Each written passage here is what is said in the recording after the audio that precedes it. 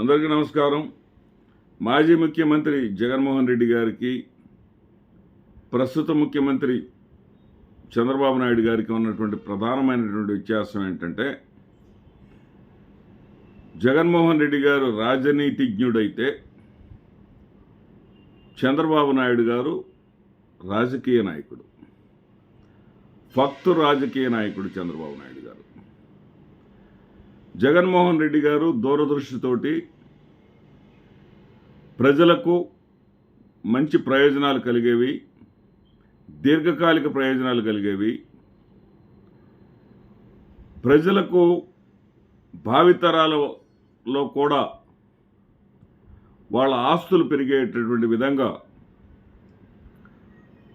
రాజకీయాలు నడుపుకుంటూ పరిపాలన సాగిస్తూ ఆ రకంగా ప్రజల హృదయాల్లో చెరగని ముద్ర వేసుకుంటే, ఎందుకంటే ప్రజలు భవిష్యత్తు తరాల కాలం వరకు వీళ్ళు మనగలగాలి అంటే వాళ్ళు తినడానికి తిండి, ఉండటానికి ఇల్లు, జీవించడానికి వైద్యం తప్పనిసరి. ఇవన్నీ కూడా సౌకర్యాలన్నీ కల్పించాల్సినటువంటి బాధ్యత ప్రభుత్వానికి ఉంది అనేది గుర్తించి సంక్షేమ కార్యక్రమాల ద్వారా వాళ్ళని ఒక బిడ్డలాగా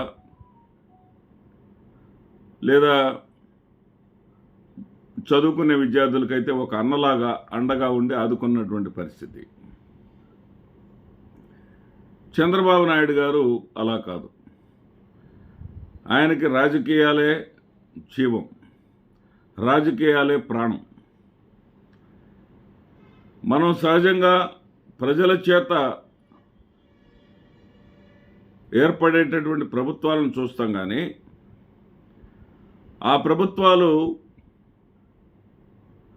ప్రజలకు ఏదైతే చెప్పి అధికారంలోకి వస్తారో ఆ మాటలు చేయకుండా అరకొరగా చేసి, ఉదాహరణకు 3 గ్యాస్ సిలిండర్లు రాష్ట్రంలోని ప్రజలందరూ చర్చించుకోవడం చూశాను నేను. మహిళలందరూ కూడా ఎన్నికల ముందు 3 సిలిండర్లు మనకు సంవత్సరం అంతా సరిపోతాయి, మహా అయితే ఒక సిలిండర్ వేయించుకుంటే సరిపోద్ది అని. కానీ ఈ రోజున రాష్ట్రంలో కనీసం 10% మందికి కూడా ఉచిత సిలిండర్ రావటం లేదు. కానీ చంద్రబాబు నాయుడు గారి లెక్కలో ఉచిత సిలిండర్లు రాష్ట్రంలో ఉన్నటువంటి అర్హులందరికీ ఇస్తున్నట్టే ఆయన లెక్క. వాస్తవ రూపంలో ఇచ్చేదేమో చాలా కొద్ది మందికి, కానీ ఆయన దృష్టిలోనే పథకం అమలు చేసినట్టే. అదే రాజకీయం అంటారు. ఆయన రాజకీయాలు ఎలా ఉంటాయని జగన్మోహన్ రెడ్డి గారు తెలుసుకోవాల్సింది ఏంటంటే, ఆయన అనుకుంటా ఉన్నారు ఇప్పటికి కూడా, నా వెంట తండోపతండాలుగా నేను ఎక్కడికి బయటకు వచ్చినా సరే తండోపతండాలుగా జనం వస్తున్నారు అని. జగన్మోహన్ రెడ్డి గారి బయటకు వస్తే జనం వస్తున్న మాట నిజం. జగన్మోహన్ రెడ్డి గారి స్థాయి క్రౌడ్ పుల్లర్ ఈ భారతదేశంలోనే మరొకరు లేరని కూడా చెప్పడానికి నేను సాహసిస్తాను. అందుట్లో ఎలాంటి సందేహం లేదు. కానీ జగన్మోహన్ రెడ్డి గారు తెలుసుకోవాల్సింది ఏంటంటే, మీకు ఓట్లేసినటువంటి 40% ప్రజల్లో నుంచే వస్తూ ఉన్నారు. వాళ్ళకి ఎప్పటికీ కూడా మీ మీద ప్రేమ, మమకారం, అభిమానం ఎప్పటికీ తగ్గదు, ఎవరు తగ్గించలేరు కూడా. ఎందుకంటే అనేక రకాలైనటువంటి ప్రయత్నాలు మీ మీద ఈరోజు కూడా వ్యక్తిత్వ హననాలు చేస్తూ తెలుగుదేశం పార్టీ ప్రభుత్వం క్రూరాతి క్రూరంగా, నీచాతి నీచంగా మీ మీద విమర్శలు గుప్పిస్తూ, వాళ్ళ పరిపాలన పక్కన పెట్టి గతంలో మీ తప్పుల్ని ఎదగడానికే కాలాన్ని వెచ్చిస్తూ మిమ్మల్ని దోషిగా నిలబెట్టాలని చెప్పేసి ప్రభుత్వం పెద్దలు ఆశిస్తున్నప్పటికీ కూడా ప్రజలు అవేమీ నమ్మకుండా మీ వెంట వస్తూ ఉన్నారు. ఎవరు? ఆ 40% మంది ప్రజలు. మరో 40% మంది కరుడుగట్టిన తీవ్రవాదులు లాంటి తెలుగుదేశం సైనికులు ఉన్నారు. ఆ తెలుగుదేశం సైనికులు కేవలం 30-32% మాత్రమే గతంలో ఉండేవాళ్ళు. ఆ 8% ఎక్కడి నుంచి వచ్చి యాడ్ అయ్యారంటే, భారతీయ జనతా పార్టీ, జనసేన పార్టీలు కలిసిన తర్వాత వీళ్ళు కూడా 40% అయి కూర్చున్నారు. అంటే నీతో పోటాపోటీగా ఉన్నారు. ఈ పోటాపోటీగా ఉన్నటువంటి వీళ్ళు జగన్మోహన్ రెడ్డి గారు పంచపక్ష ప్రమాణాలు పెట్టినా కానీ ఈ 40% మంది వచ్చేసి జగన్మోహన్ రెడ్డి గారి వెంట రారు. ఈరోజు వస్తున్నటువంటి జనాభాని చూసుకుంటే ఏ ఒక్కరు కూడా ఈ కూటమికి సంబంధించిన వారు ఒక్కరు కూడా రారు. కానీ ఇక్కడ అధికారాన్ని చేపట్టడానికి కావాల్సింది ఆ 20% మంది ప్రజలే. ఈ 40 పోతే 80% పోతే 20% మంది ప్రజలు.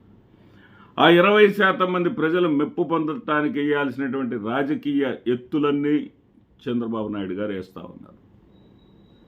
పథకాలు ఎగ్గొడతా ఉన్నారు. పథకాలు ఇవ్వడం లేదు, కానీ మంగళ షాపులో కూర్చుంటున్నారు. మంగళ షాపులో కూర్చొని ఆ మంగళాయన్ని పిలుస్తున్నాడు, ఆయన కొడుకుని పిలుస్తున్నాడు, ప్రీ ప్లాన్డ్గా ప్రోగ్రాం తయారు చేసుకుంటున్నాడు. ఒకప్పుడు అధికారంలో ఉండగా మీ తోకలు కత్తిరిస్తానన్న వాళ్ళ షాపులోనే కూర్చొని వాళ్ళకేదో చేస్తున్నట్టు, వాళ్ళని ఏదో ఉద్ధరించబోతున్నట్టుగా ఆయన నమ్మించేటటువంటి ప్రయత్నం చేస్తూ ఉన్నారు. అంటే ప్రజల్లో ఆయన ఎన్నిసార్లు అయినా మోసం చేయగలడు, ఎందుకు రాజకీయ నాయకుడు కాబట్టి. జగన్మోహన్ రెడ్డి గారు రాజనీతిజ్ఞుడు కాబట్టి ప్రజలే ఆయన్ని మోసం చేస్తారు. ఆయన ఏమనుకుంటాడంటే నేను చేయాల్సిందంతా చేస్తే ప్రజలు నాకే ఓట్లు వేస్తారనుకుంటారు. కానీ జగన్మోహన్ రెడ్డి గారు తెలుసుకోవాల్సింది ఏంటంటే, ఒక గుంటూరు జిల్లా వాసిగా గుంటూరు జిల్లాతో నాకున్నటువంటి అనుబంధం పరిచయాలతోటి నేను చెప్పదలుచుకున్న ఒకటి ప్రధానమైనటువంటి అంశం ఏంటంటే, పులిచింతల ప్రాజెక్టు ఉంది. ఈ పులిచింతల ప్రాజెక్టుకి సంబంధించి ఆయా గ్రామాల్లో పులిచింతలు కావచ్చు, గోవిందాపురం కావచ్చు, మరి ఆయా ప్రాంతాల్లో రేగులగడ్డ కావచ్చు, ఆయా ప్రాంతాల్లో ఉన్నటువంటి వాళ్ళందరూ కూడా అక్కడ ఖాళీ చేసి పునరావాసం ఒడ్డుకు రావాల్సి వచ్చినటువంటి పరిస్థితి వచ్చింది. ఆ పరిస్థితుల్లో కూడా ఇక్కడ జగన్మోహన్ రెడ్డి గారు బాగా నోట్ చేసుకోవాలి ఈ పాయింట్ని. ఆ పరిస్థితుల్లో కూడా తెలుగుదేశం పార్టీ వాళ్ళు కొన్ని గ్రామాలను ఎంచుకున్నారు, అంటే ఒక ప్రాంతాన్ని ఎంచుకున్నారు. ఏది ఆయా వాళ్ళల్లో పులిచింతల్లో ఉండేటటువంటి తెలుగుదేశం పార్టీ వాళ్ళు ఒక ప్రాంతాన్ని ఎంచుకుంటే, కాంగ్రెస్ పార్టీ వాళ్ళు లేదా ఆ తర్వాత వైఎస్ఆర్సీపీగా మారిన వాళ్ళు ఎంచుకున్న ప్రాంతం మరొకటి. అంటే గ్రామాన్ని విడిచిపెట్టి వెళ్ళేటప్పుడు కూడా పునరావాస కల్పించేటటువంటి చోట ప్రభుత్వం ఏర్పాటు చేసేటటువంటి నివేశన స్థలాల్లో కూడా కలవని మనుషులు. ఇది పక్కా నిజం నేను చెప్పేది. తెలుగుదేశం పార్టీకి చెందిన వాళ్ళంతా కూడా బ్రాహ్మణపల్లి, అయ్యప్ప నగరు ఆ ప్రాంతంలోకి వెళ్తే, కాంగ్రెస్ పార్టీకి లేదా వైఎస్ఆర్సీపీకి చెందిన వాళ్ళందరూ కూడా బెల్లంకొండ దగ్గర చౌటపాపాయపాలెం ప్రాంతానికి వచ్చారు. ఇది పచ్చి నిజం, ప్రాక్టికల్గా జరిగేటట్టు. దానికేదో గతంలో కన్నా లక్ష్మీనారాయణ గారి మీద కూడా కొన్ని ఆరోపణలు చేశారు. నేను ఎందుకంటే సర్వే చేసి చెప్తున్నా ఈ మాట. వాళ్ళు అన్నది ఏంటంటే, కన్నా లక్ష్మీనారాయణ గారు ముఖ్యంగా కాంగ్రెస్ పార్టీ వాళ్ళకి, అంటే వాళ్ళ సామాజిక వర్గాల వాళ్ళకి, కాపు సామాజిక వర్గానికి అక్కడ మామూలుగా బాక్సులు, అంటే ముందు వరుసలు వెనక వరుసలు అనేవి ఉంటాయి. మొదటి 6 వరుసలు కూడా కాపు సామాజిక వర్గానికి, కాంగ్రెస్ వాళ్ళకి ఆయన ఇచ్చుకుంటూ పోతూ ఉన్నాడు. కాబట్టి తెలుగుదేశం పార్టీ వాళ్ళకి ఇక్కడ ఆస్కారం లేదు అని వాళ్ళు వేరే గ్రామాల్లో ఎంచుకున్నట్టుగా వాళ్ళు చెప్తున్నటువంటి కథనం. అది మళ్ళీ అదే తెలుగుదేశం పార్టీ వాళ్ళు ఇప్పుడేం చెబుతున్నారంటే, మా వాళ్ళు వచ్చి కూడా అదే చేస్తున్నారు సార్, అంతకన్నా ఎక్కువ చేస్తున్నారు సార్ అని వాళ్ళు చెప్తా ఉన్నారు. అంటే రాజకీయాలు ఎలా ఉంటాయంటే, నాయకులు మారతారేమో కానీ కార్యకర్తలు మారరు. తెలుగుదేశం పార్టీని అంటిపెట్టుకొని ఉండేటువంటి 40% మంది, అంటే కాంగ్రెస్ వ్యతిరేక భావజాలంతో ఫామ్ అయినటువంటి వాళ్ళందరూ కూడా తెలుగుదేశం పార్టీని అంటిపెట్టుకొని ఉంటారు. కాంగ్రెస్ భావజాలంతో మాత్రమే ఉండేటటువంటి వాళ్ళందరూ కూడా ఈ రోజున ఆంధ్రప్రదేశ్ రాష్ట్రంలో వైఎస్ఆర్సీపీని అంటిపెట్టుకునే ఉంటారు. ఇక్కడ చేయవలసింది ఏంటంటే, రాజకీయాలు చేయటం జగన్మోహన్ రెడ్డి గారు నేర్చుకోవాలి. జగన్మోహన్ రెడ్డి గారు రాజకీయాలు చేయటం ఎందుకు నేర్చుకోవాలంటున్నానంటే, చంద్రబాబు నాయుడు గారు చేబ్రోలు కిరణ్ అరెస్ట్ చేయించి పెద్ద రాజకీయ క్రీడ ఆడాడు. ఆయన అతనికి ముసుగు వేసి మరి,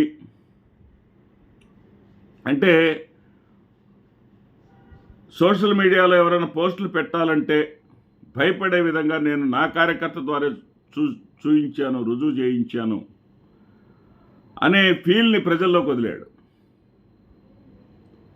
వైఎస్ఆర్సీపీ వాళ్ళు అవునన్నా కాదన్నా చివరి 2 సంవత్సరాలు మరీ పెచ్చరిల్లిపోయినటువంటి బూతు పురాణాలతోనే వాళ్ళ ఓటు బ్యాంకుకి వాళ్ళు స్వయంగా గండి కొట్టుకున్న మాట వాస్తవం.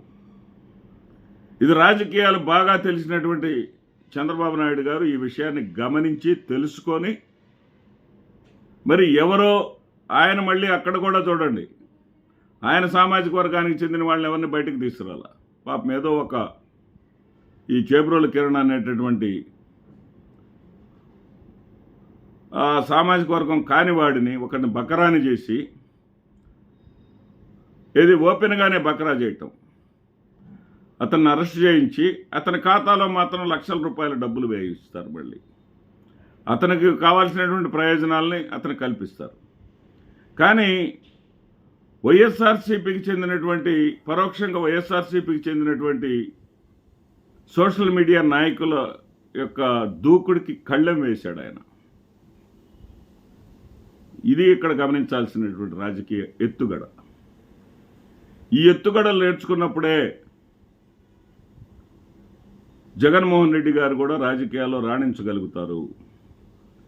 జగన్మోహన్ రెడ్డి గారి 40% మంది జగన్మోహన్ రెడ్డి గారు అచేతనంగా ఉన్నా, జనంలోకి వచ్చినా జనంలోకి రాకపోయినా ఆయన వెంటే ఉంటారు. సిద్ధాంత బలం అలాంటిది. వాళ్ళు సిద్ధాంతాలు మార్చుకునేటటువంటి వ్యక్తిత్వం ఉన్నటువంటి వ్యక్తులు కాదు. అలాంటి వాళ్ళలో నేను కూడా ఒకడిని, నాలాంటి వాళ్ళే 40% మంది ఉంటారు. కానీ ఆ 20% మంది మెప్పు పొందాలి అంటే జగన్మోహన్ రెడ్డి గారు నేర్చుకోవాల్సింది చాలా ఉంది, ప్రదర్శించాల్సిన రాజకీయం చాలా ఉంది. నేను ఒక రాజనీతిజ్ఞుడిలాగానే ఉంటాను, నేను నా వరకే నేను పరిమితం అవుతాం అనుకుంటే చంద్రబాబు నాయుడు అనేటటువంటి శక్తి, చంద్రబాబు నాయుడు అనేటటువంటి కుటిల రాజకీయవేత్త, జుత్తులమారి రాజకీయవేత్త ఎల్లప్పుడూ రాజకీయాలే చేస్తూ ఉంటాడు. మీకు అవకాశాలు రానివ్వడు, తస్మాత్ జాగ్రత్త అని చెప్పడమే నా ఈ వీడియో యొక్క ఉద్దేశం. నమస్తే.